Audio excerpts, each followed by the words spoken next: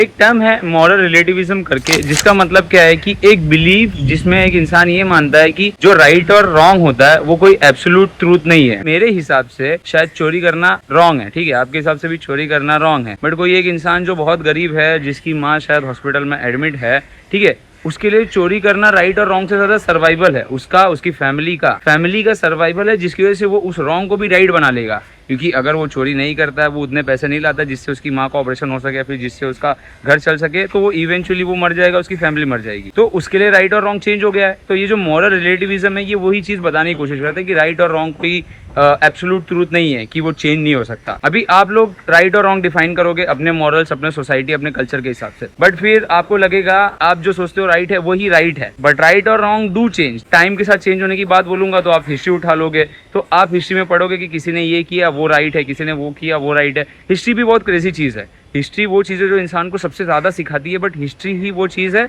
जो सबसे ज़्यादा फेक भी है। मतलब फेक क्यों है, मैं ये किसी प्रूफ के साथ नहीं बोल रहा हूँ फेक है, बट एक लॉजिक के साथ बोल रहा हूँ कि फेक है। फॉर एग्जांपल मान लो मैं हूँ, ये हम लोग समझ लो 2000 BC में है, ठीक है, मैंने कोई बात बोली अपने एक दोस्त को कि तू बेवकूफ़ है। अब ये बात मैंने उसको बोली, उसने मेरे से सुनी, सिर्फ उसको पता है मैंने उसको क्या बोला, ठीक है, और सिर्फ मेरे को पता है मैंने क्या बोला। लेकिन वो जो कहानियां हैं कि वो अपने बच्चों को क्या बताया कि मैंने उसको क्या बोला था, मैं अपने बच्चों को क्या बताऊँ कि मैंने उसको क्या बोला था। अब इस वे में वो चीज़ें चेंज होती रहेगी, और शायद 1000 2000 3000 साल के बाद वो एकदम ही चेंज हो जाएगा। वो तो आप लोगों ने वो चाइनीज विस्पर वाला गेम देखा होगा कि सामने सामने चेंज हो रहा था। तो how can you even think कि हजारों साल में ये जो फैक्ट्स है जो हम लोग आज बुक में पढ़ रहे हैं, जो लोगों से सुन रहे हैं, वो चेंज ही नहीं होंगे। लाइक अगर आप इस बात पे बिलीव कर रहे हो तो मेरे को लगता है कि आप बिल्कुल सोचना ही नहीं चाहते हो। क्योंकि उस चाइनीज विस्पर वाले गेम में देखा है आपने कि 1 मिनट के अंदर यहाँ से वहां तक बात बदल जा रही है।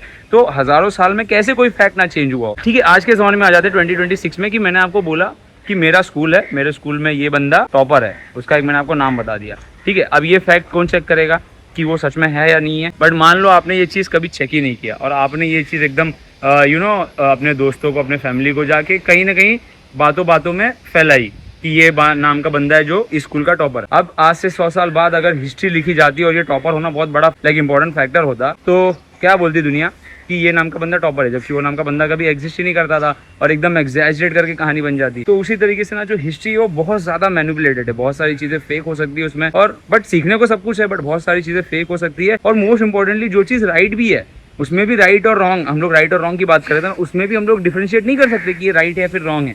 क्योंकि आपको पता होगा हिस्ट्री लिखी किससे जाती है, उन लोगों से जाती है जो लोग हिस्ट्री में जीतते हैं, लाइक विनर्स राइट हिस्ट्री। तो विनर्स क्या करेंगे, वो अपनी कहानी बताएंगे ना। अगर मैं हिस्ट्री की बुक लिख रहा हूँ, like I am the writer, ठीक है, I am the author of that book, तो फिर मैं तो अपने पर्सपेक्टिव से लिखूंगा। और सब लोग इतने अच्छे तो है नहीं कि वो सबका पर्सपेक्टिव सोचे, सब बाकी के साइड से क्या होगा वो बताए, और इन जनरल मैं भी शायद नहीं होऊंगा उतना। तो फिर मैं अपने पॉइंट ऑफ व्यू से स्टोरी लिखूंगा कि मैंने कैसे क्या किया, मैंने किसको बचाया, मेरे साथ कितना बुरा हुआ। तो फिर सामने वाला जो किसी चीज़ में सही भी होगा वो पूरी तरीके से गलत होगा, क्योंकि मैंने उसका पर्सपेक्टिव डिस्कस ही नहीं किया, क्योंकि मैंने लिखा है बुक। तो हिस्ट्री भी ऐसी ही है, हिस्ट्री विक्टर्स ने लिखी है, जिन लोग ने विक्ट्री पाई थी, जिन्होंने जीता था।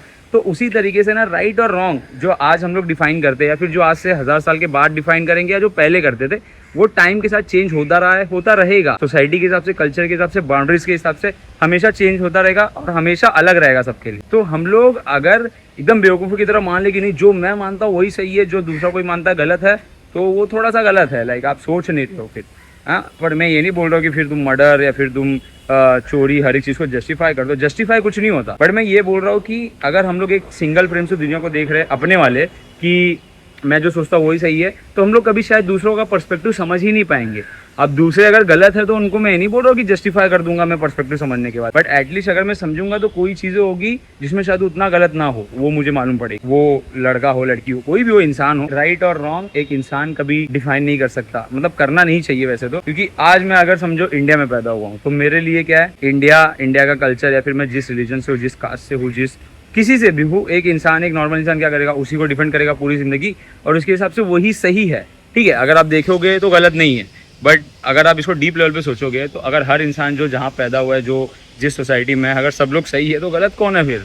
क्योंकि अगर यही मैं इंडिया की जगह समझ लो दूसरी किसी कंट्री में, यूएसए में पैदा होता, तो मेरे लिए ग्रेटेस्ट कंट्री क्या होती, अगर मैं उस तरीके से सोचता तो यूएसए होती। तो मतलब जस्ट बिकॉज मैं एक स्पेसिफिक बाउंड्री जो उस टाइम लाइन में डिफाइंड थी, क्योंकि क्या पता आज से 100 साल का यूएसए भी ना हो, उसमें भी कोई बाइफर्केशन आ जाए, तो फिर या फिर आज से 100 साल के बाद जिस भी कंट्री में मैं हूँ वो कंट्री में भी बाइफर्केशन, मतलब बाउंड्रीज और बन जाए कि अब नई नई कंट्री बन गई है, तो तब मेरे लिए वो स्पेसिफिक बाउंड्री, मतलब मैं लाइंस की वजह से अपने मॉरल्स चेंज कर दे रहा हूँ कि मैं इस लाइन के अंदर हो गया तो फिर मेरे लिए ये सही है, उसके लिए वो सही है। नहीं, मैं इंसान हूँ और मैं सीखूंगा टाइम के साथ। बचपन में ऑब्वियसली अपने पेरेंट्स अपने को सिखाते हैं कि ये सही है वो सही है, और पेरेंट्स के हिसाब से वो लोग जो चीज़ें बोलते हैं उन चीज़ों के हिसाब से हम लोग सोचते हैं कि हाँ ये चीज़ सही होगी, वो चीज़ गलत होगी, और विच इज़ फेयर इनफ, क्योंकि बचपन में सीखने के टाइम पे हम लोग के लिए सबसे बड़ा सोर्स ऑफ विजडम वही लोग हैं और अपनी सोसाइटी है जिससे हम लोग देखते हैं, सुनते हैं, समझते हैं।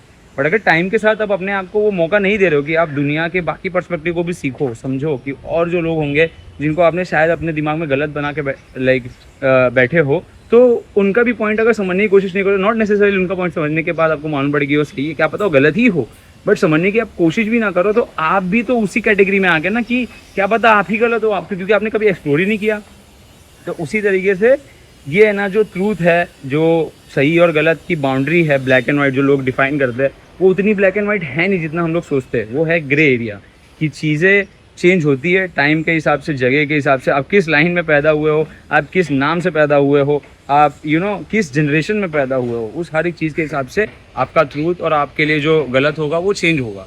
ठीक है, मतलब जो आप सोचते हो, तो अगर आप उन चीज़ों को एक्सप्लोर करोगे तो आपको इवेंचुअली, आई होप कि ज़िंदगी में, आई नो 100% ट्रूथ किसी को नहीं पता चलेगा, क्योंकि ज़िंदगी इतनी बड़ी है नहीं किसी की भी। ठीक है, 100 साल ले लो, 200 साल ले लो, लेकिन 100% गोल भी नहीं है। गोल ये है कि जितनी चीज़ों से मैं वाकिफ़ हुआ हूँ ज़िंदगी में, उनमें से मैं शायद 50 के ऊपर, मतलब मैक्सिमम मेजोरिटी पता करने की कोशिश करूँ। एटलीस्ट पता हो या ना हो, that is a different thing, क्योंकि मैं नहीं चाहता कि जिस दिन मैं मर रहा रहूँगा लास्ट दिन पे, उस दिन मैं ये सोचूंगा कि यार पूरी ज़िंदगी मैंने कैसी चीज़ों में बिलीव किया, क्या किया, और कभी मैंने सोचा भी नहीं।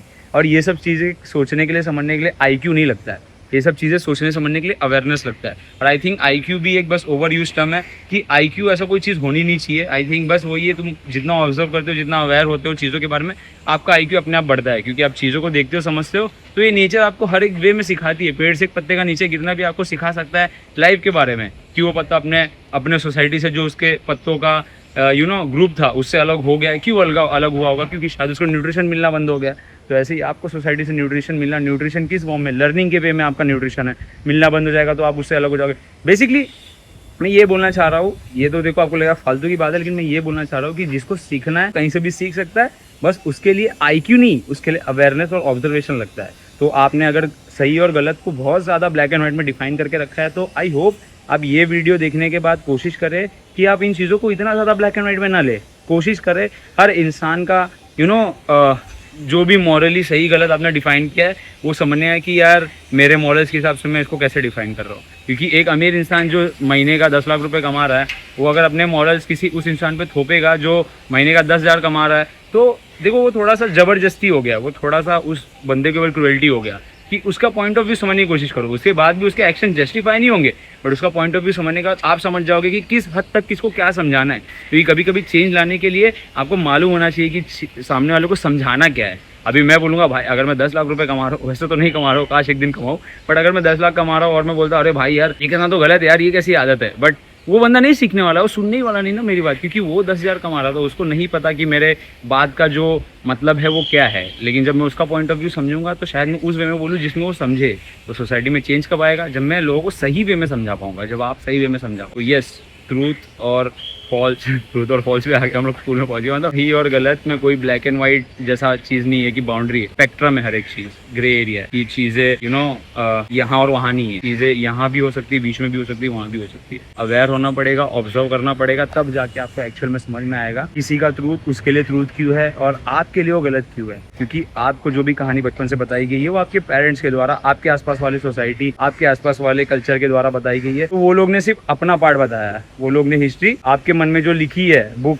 वो अपने तरीके से लिखी है। तो दूसरों का तरीका भी समझने की कोशिश करो, नॉट नेसेसरी दूसरे सही होंगे, बट तुम समझने की कोशिश करोगे तो तुम एटलीस्ट वो बेवकूफों की रेस में नहीं दौड़ोगे कि किसी ने ये बोल दिया तो मैंने मान लिया ये नहीं। मैंने खुद ढूंढा कि ये वो है या नहीं है, मैं वो ढूंढ के कहीं पहुंचू ना पहुंचू, that is a different thing, but at least वो ढूंढने के प्रोसेस में मैं अपने दिमाग को डेवलप कर रहा हूँ कि मैं अगली बार ऐसा आंख बंद करके कुछ बिलीव नहीं कर लूंगा। और अगली बार शायद हिस्ट्री में कम एक गलत स्टोरी लिखी जाएगी, लाइक एक गलत स्टोरी कम होगी मेरे द्वारा, क्योंकि मैं उस चीज को एनर्जी नहीं दूंगा। क्यों नहीं दूंगा? क्योंकि मैं चीजों को ऑब्जर्व करता हूँ, ना कि अगर किसी ने आके मेरे को बोल दिया कि भाई ये बंदे ने ये कंट्री जीती है और मैंने मान लिया और उस स्टोरी को मैंने फैला दी और एक फेक स्टोरी बढ़ गई हिस्ट्री में, वो नहीं करना चाहता। मैं चाहता हूँ कि मैं जो देखूँ जो सुनूँ वो अपना दिमाग यूज करके कोशिश करूँ उन चीज को एनालाइज करने की। यूजफुल मीनिंगफुल रहा हो। मिलते हैं नेक्स्ट वीडियो।